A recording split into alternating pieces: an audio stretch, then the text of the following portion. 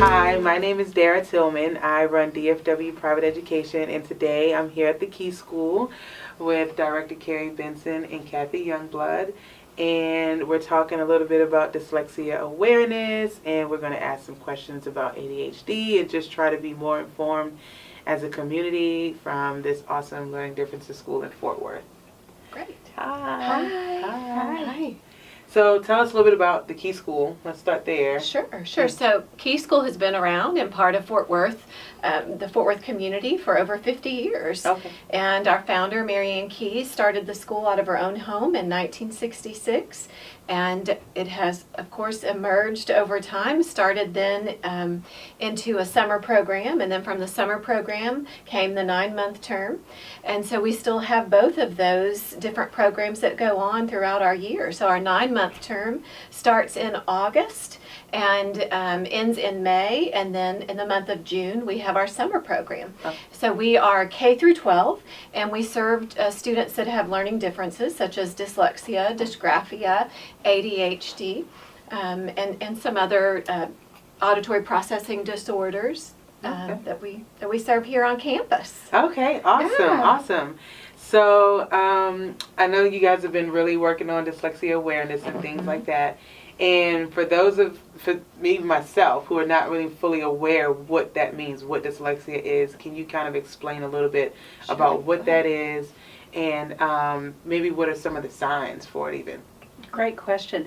Dyslexia is a neurobiological condition. It's the way in which students are wired for reading. Okay. And so a lot of times our kiddos have difficulty with reading because the parts of the brain that are required to be efficient at reading don't necessarily work that way with our dyslexic students. And so we work with them with language therapy to help train the brain to reroute the reading system so that they can read efficiently.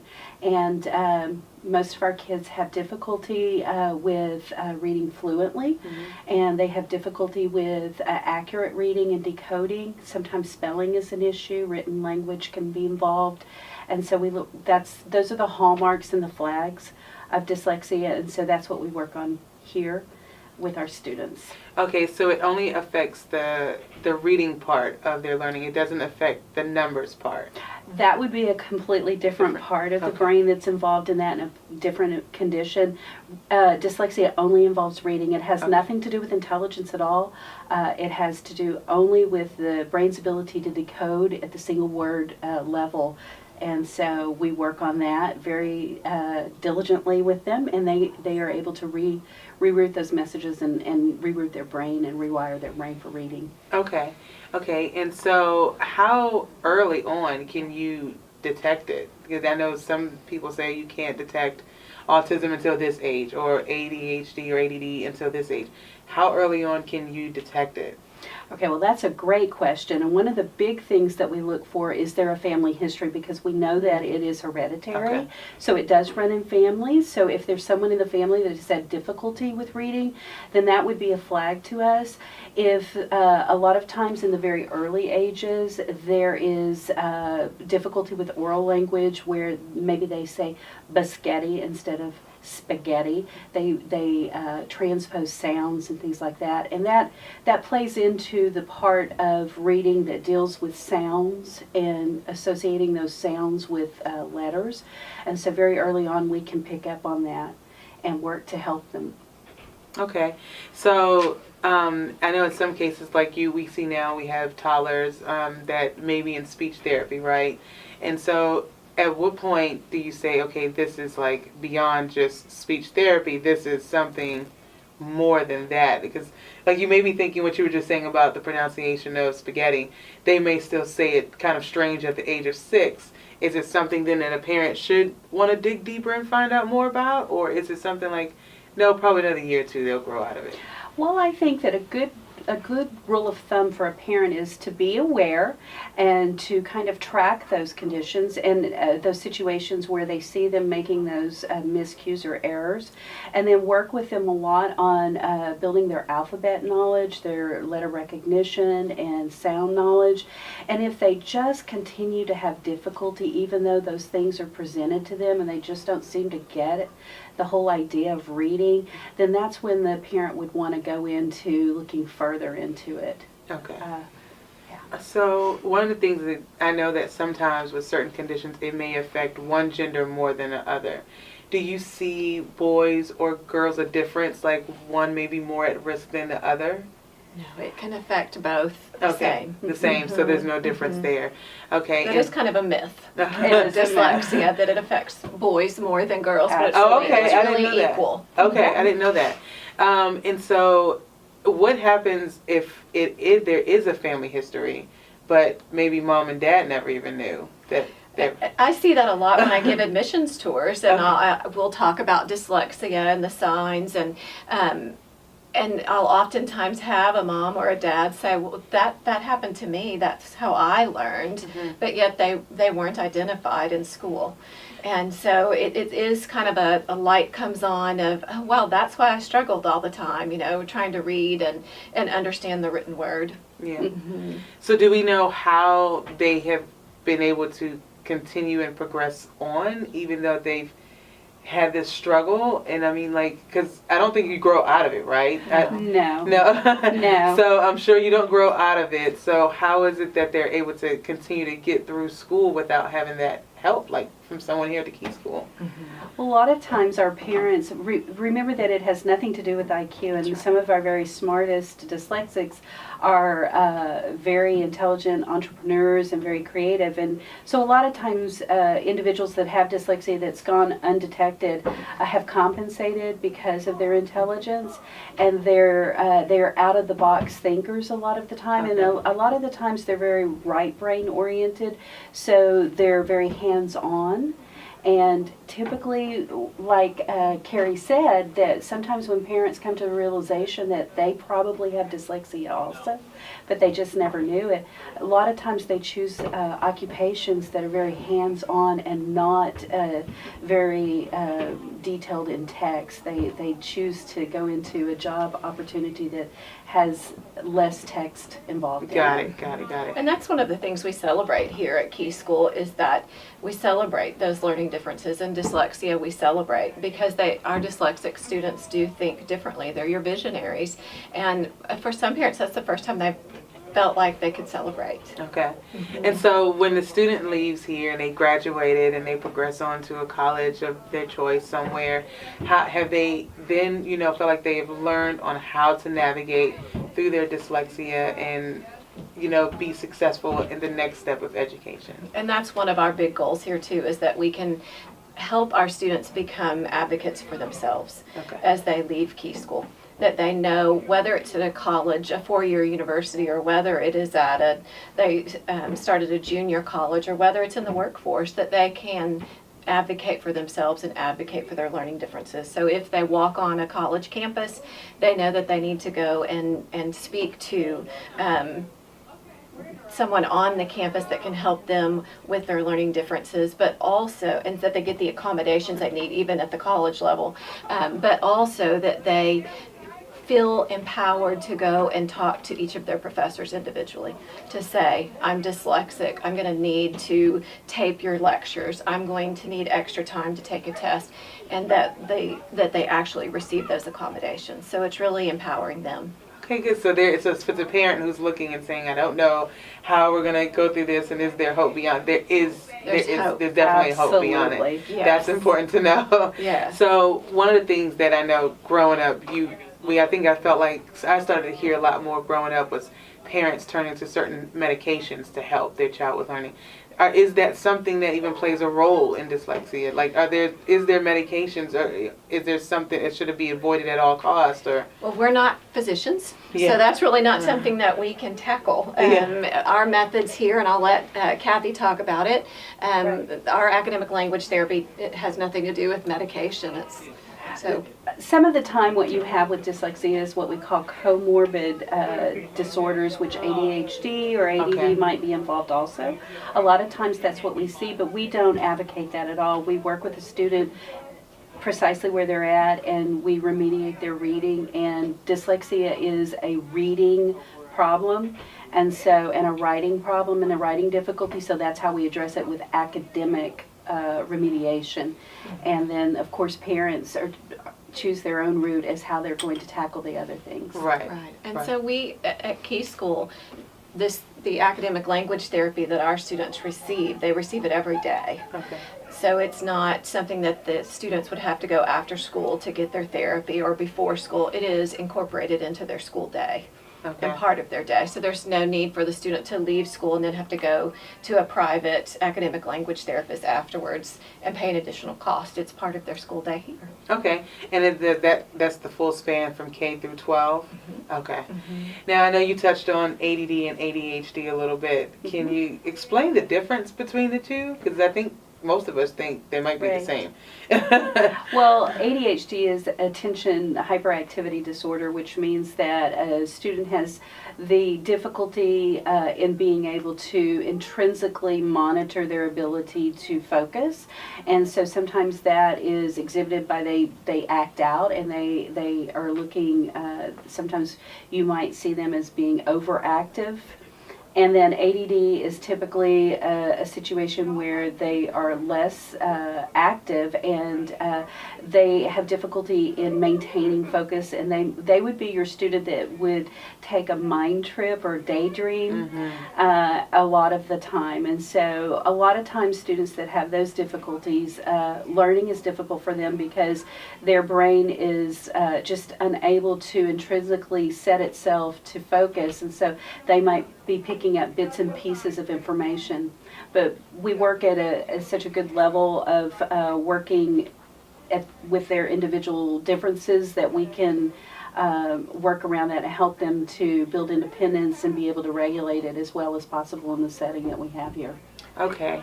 And when would you start to see the signs for that even? I've heard you can't find the signs until the kid starts getting homework. I've heard, about ages 7 or 8. And then I've heard, no, we picked up on it at 3.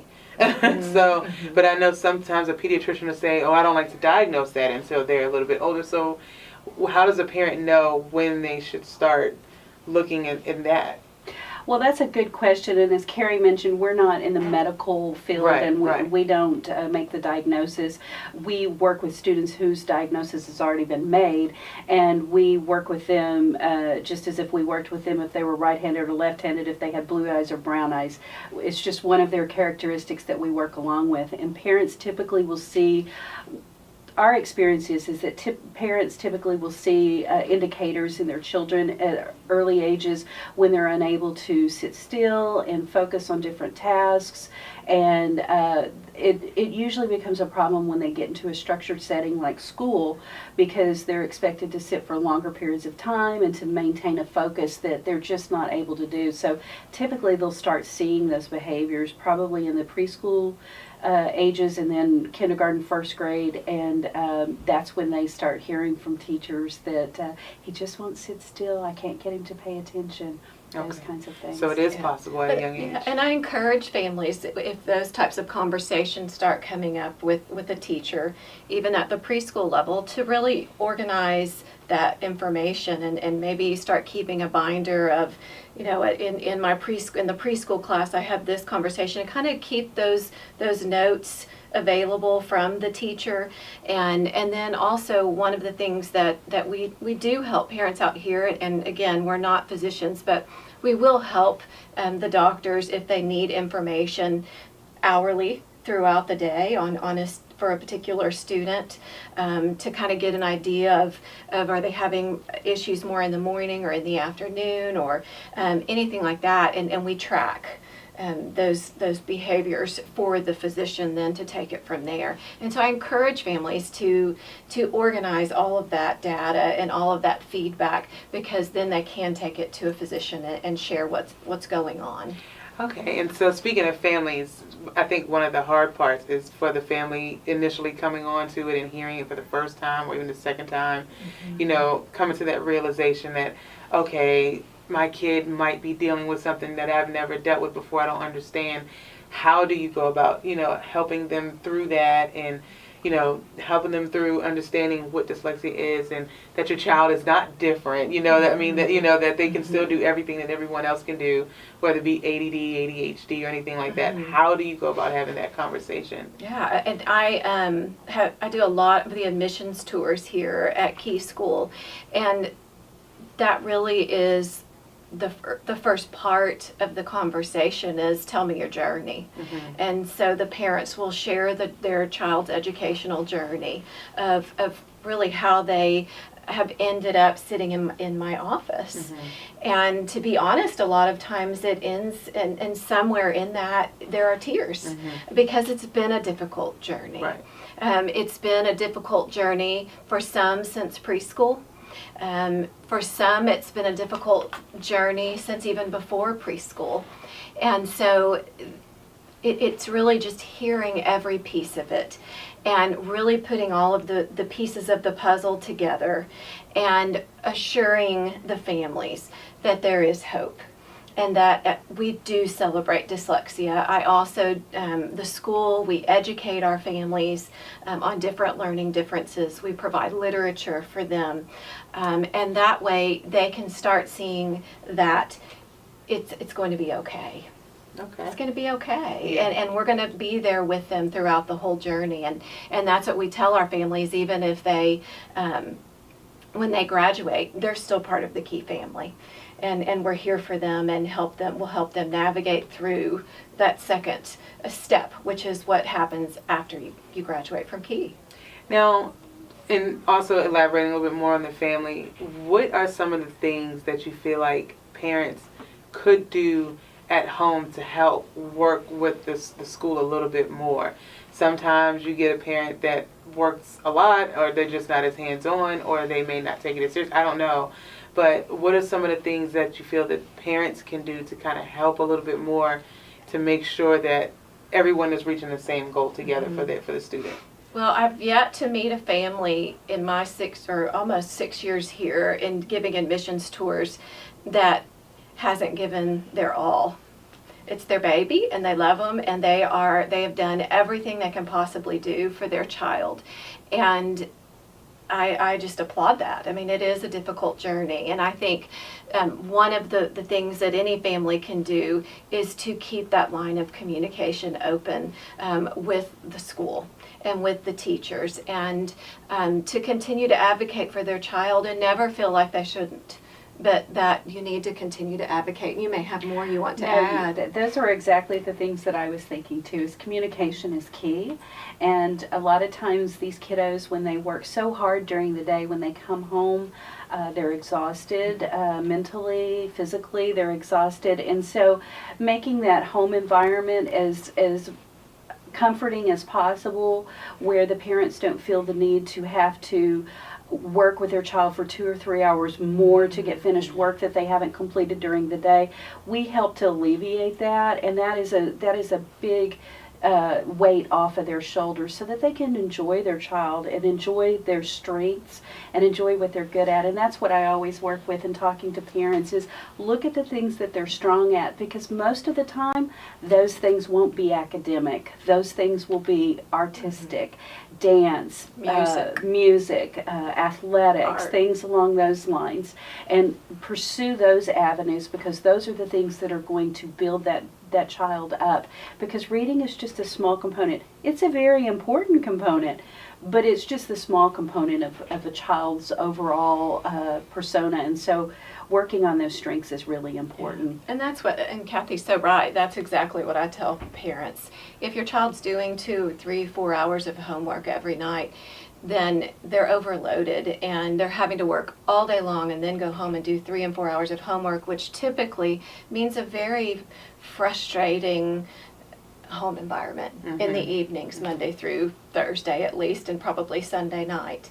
And it's time to get your family back. Yeah. You know, it's just time to get your family back. And that child needs to make sure that they get to do what they love and what is their passion. And you know, Cathy does we did a simulation for the public earlier this month, and I think that was the number one walk away for the participants was, oh my gosh, You know, dyslexic students work so hard to get through text and get through the school day in general. Okay. And they need to go home and they need to be a child. Yes, go home and relax. Right. Decompress a bit. Absolutely. So tell us this, what are some of the quick, if you will, statistics that people usually don't know about dyslexia, or even ADD or ADHD, some of the things that people assume that they often get wrong. I know growing up I used to hear people say, "Oh, it just means you read things backwards," and I mean, like, I don't even really know what that means even now. Yeah. But so, what are some of the things that we often as a society assume that we get wrong? Well, Cathy has great information on this. Well, that is one of the biggest myths is that it has to do with reversals, B's and D's, Q's and G's, and the statistics show us and research shows us that it happens equally in students that have dyslexia and students that don't have dyslexia. It has more to do with development. Dyslexia is a phonological problem, which is the brain's ability to be able to break sounds apart and then attach the sound and the symbol relationship together, and so dyslexics have a hard time doing that. And so I think that what typically people will think is that maybe students with dyslexia are slow learners, that they're not able to learn in other capacities as their peers, and that's just totally not true. Their intelligence is very, very intact, and so oftentimes kids with dyslexia love to be able to have the same stories, access to the same stories, Harry Potter and all those things. They just aren't able to decode the words, so assistive technology is very important, and being able to have those books read, the audio be able to be made available to them is important. Some of the other myths are that it's more prevalent in boys than girls, and we know that the research shows us that that is not true, and that students with dyslexia don't have the ability to go on to college, and we know that that is not true as well. And some of our big universities have wonderful disability offices that help the post-secondary setting. So students with dyslexia can do anything that they want to do. They just have to start at the very early ages. Being identified early is important, and then build on their strengths, and just, the sky's the limit. 5 students have dyslexia. Oh, okay. So The statistics are there. So that means that if you're an educator in your classroom, even if a child hasn't been identified yet, there's a real good chance you have several dyslexic students in your classroom. Okay. And so I know you said we have a lot of great universities that make wonderful accommodations. Are some of those right here in Texas, or abroad, or how does that work? I mean, does Key School have a relationship with some of those schools? Well, we work very closely with Texas Wesleyan, and Okay. a lot of our students have gone to Texas Wesleyan, and they do a great job of accommodating for our Okay. students. There's some others. There are lots of universities, even the larger universities, Texas A&M, University of Texas. I encourage parents just to visit those universities and check out their disability offices and find out how they go about getting those accommodations and that help for their child if they're looking at pursuing that avenue. Okay, so there's still like somewhat of a process involved. Yes. Okay. Yes. Okay. Yes. I didn't know if it was like you just showed up and saying, "Hey, this is what I'm working with." You have to have the documentation for that and the diagnostic testing. Okay, Yes, okay. Yes. And so bringing it back to the teachers and what you guys do here, I'm sure you guys have to do a lot of training We do. and reading and research and going to conferences and symposiums. Tell me a little bit about that. How often, how long, what has that been like for you guys, for both of you? Well, our teachers at Key always have summer reading that they do, and this past summer, it was on differentiation in the classroom. We've had summer reading projects that have to do with dyslexia, ADHD, and then we also have training that we do in-house, and then we also send our teachers off-site, to other conferences and symposiums and other places across the country, but we do a lot of reading, a lot of research. And we actually have a research analyst on staff. And so she helps to pull in some of the most recent research, up-to-date information and best practice for students with dyslexia and other language-based learning disabilities. Okay. And where, to kind of wrap this up, where do you see it going? Like, what you've probably learned about dyslexia now is different than what we knew 15 years ago. Right. Where do you see it going with technology and education? How do you see us moving in the future with helping students who have dyslexia? Well, I think the fact that you are even calling it dyslexia and that we're talking about it is a great thing right there. I think that the more dialogue and the more education that is out there, the more that we'll understand it. It is one of the most well-researched and one of the most known disabilities. It's specific. And so we know exactly how remediation helps the brain. We can look at how before the intervention is taken place, that we can see what the brain looks like. We can see what the brain looks like after a period of time of having intervention, and we can see actually the physiological the change in the brain. The brain actually is changing and rewiring. So science and education come together, and we're going to see that a lot more. I feel there's just lots of exciting things happening right now in this area and this field, and getting school districts and teachers on board, and then having wonderful parents who advocate for their kids. The more that goes on, it's just going to become a stronger partnership.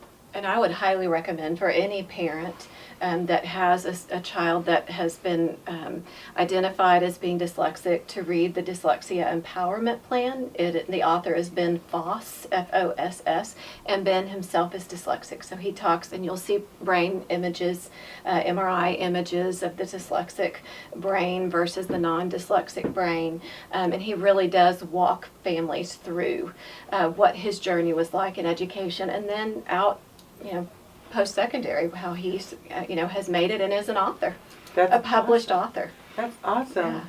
Well, is there anything else you guys feel like parents or families need to know, or even other educators need to I know? think, most importantly is that Key School is open enrollment. So we have openings now, and so don't feel like you need to wait until the next school year. We are happy to help and get your child on track and to start their educational journey and to receive that academic language therapy every day. And there's summer programs too. And the summer program, thank you. Summer program is in June, and we'll start getting that advertisement out in the 1st of January. Right. Yes. Yeah, so we're going to send a save the date out before the holidays so everybody can mark it on their calendars. It's 3 weeks. Our language therapists are here. It is math enrichment, it's reading enrichment, and so excited to announce we're going to have STEM classes this summer. Okay, Yeah. that's awesome. Yeah, so we'll get some science and I know there was one more exciting thing that Key School is going to be building. That is, are. yeah. Yes, Yes. we just left our second building committee meeting for the week before we got here, and so Key School has purchased 14 acres off of I-30 and Cooks Lane, and our new campus will not only house Key School, it will also house 2 other programs for the community. One is the Key Navigation and Training Institute, and Dr. Cathy Ryan is the director of that program, and she is working already. She's on staff right now, and that program will help families navigate through the special education system, and will also offer counseling guidance for those families to help them navigate through and to make sure that their child is receiving the accommodations that they need. Really working on a partnership with local schools and educators, and wanting to be a helpful tool for them. And then also that program will also offer seminars in special education for educators and families. Awesome. And then Cathy Youngblood is the director of KSALT, which is our Key School Academic Language Therapy program. Okay. So Cathy will start this summer in June of 2019 and begin training teachers or family members or in the community that would like to become academic language therapists, to train more teachers to go into the schools and teach our children that have dyslexia. Awesome. So all 3 of those will go on our 14-acre campus, and it is set to open in August of 2020. You guys are doing some amazing things. We're excited. I'm excited for you. I'm beautiful. excited. I can't wait to come back and see it. Oh, yeah, I'd love to have you. Yes, well, thank you both Thank so you. much. I really appreciate it. Thank you to the digital art students here at the Key School. You Thanks, guys everybody. were all amazing. And that's it. I will talk to you guys next time.